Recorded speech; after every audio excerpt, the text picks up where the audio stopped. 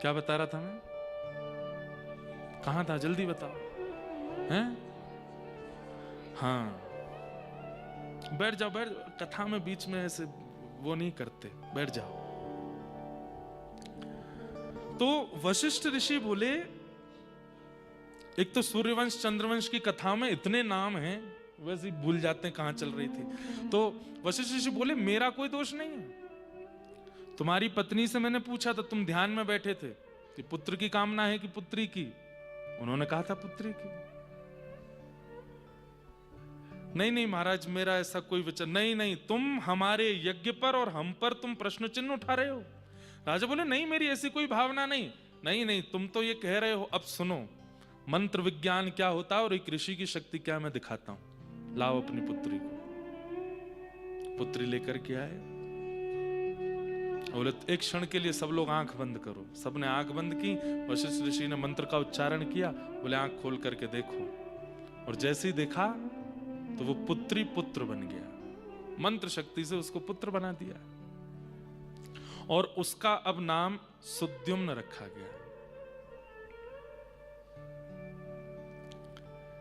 वशिष्ठ ऋषि बोले, अब तो पुत्र हो गया, आप चिंता नहीं करना। सत्यव्रत रोने लगे। बोले, मुझे क्षमा कर दीजिए, मुझे ऐसी याचना नहीं करनी। बोले, नहीं, अब तुम रहो, प्रसन्न रहो। लेकिन भैया, प्रकृति के साथ में चाहे मंत्रों से ही चाहिए, चाहे तंत्रों से ही चाहिए, खिलवाड़ नहीं करना चाहिए। प्रकृति जो दे दे उसको वैसे स्वीकार करो। क्योंकि आपको क्या पता है कि आपके कौन से कर्म का फल आपको मिल रहा है। मैं ये बात लोगों से कहा करता हूं कि भाई, जीवन में कष्ट आवे, सिंपल भगवान का नाम उच्चारण करो, भगवान से प्रार्थना करो, हे नाथ, आपको जो उचित लगता हो हमारे जीवन के लिए वो करिए। बहुत ज्यादा हाथ पांव मत मारा कीजिए। कभी वहां चले गए, वहां झाड़ फूंक करवाया है, फिर इन पे ये करवा दिया, वहां जाकर के ये करा दिया, उधर नारियल बांध दिया है, इधर से ये भी कर दिया, वहां पे और भी कुछ करा दिया। ऐसी जगहों को ढूंढते रहना जहां से अपने जीवन में आने वाले कष्टों से निवृत्त हो जाते हो, नहीं करना चाहिए। उससे क्या होता है पता है? जो वेग आया था,